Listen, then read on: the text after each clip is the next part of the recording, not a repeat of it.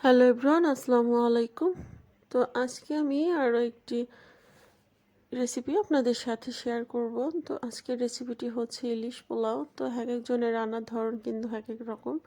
আমি আমার মতো করে শেয়ার করছি। এখানে হচ্ছে পেঁয়াজ আর হচ্ছে রসুন একটু ব্লেন্ড করে নিয়েছি।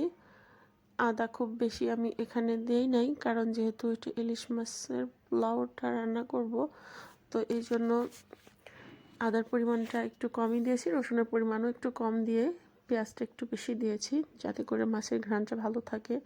তো দিয়ে তেলের মধ্যে মশলাটাকে আমি বেশ ভালোভাবে কষায় নিব।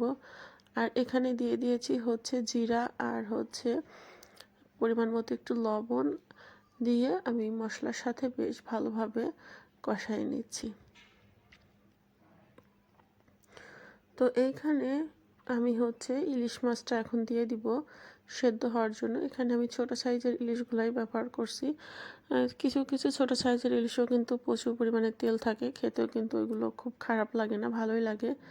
তো আমি এই ইলিশ পোলাওটা আমি ছোট সাইজের ইলিশ মাছ দিয়েই করছি।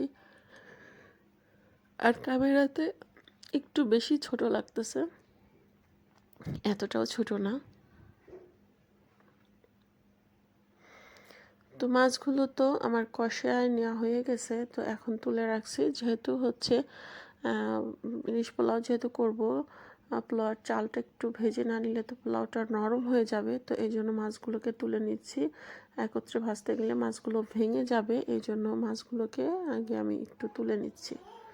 তো তুলে নেওয়ার পর বাকি মশলাগুলোকে আমি আবার একটু কষায় নিচ্ছি। তো এর মধ্যে আমি কিছু আস্ত কাঁচামরিচ দিয়েছি, সেই সাথে দিয়েছি হচ্ছে অল্প পরিমাণে একটু হলুদ আর সামান্য একটু শুকনা মরিচের গুঁড়ো।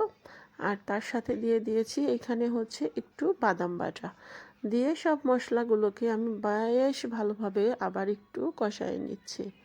কষায় নেওয়ার পরে তারপরে এই যে পোলাওয়ের চালটা আমি ধুয়ে পানি ঝরায় রেখে দিয়েছিলাম, সেটা এখন ভালোভাবে ভেজে নিচ্ছি।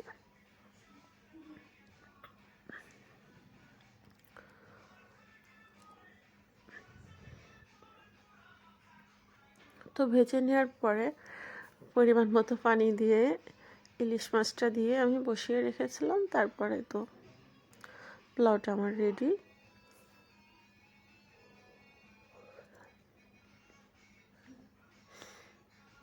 এই যে মাশাআল্লাহ বেশ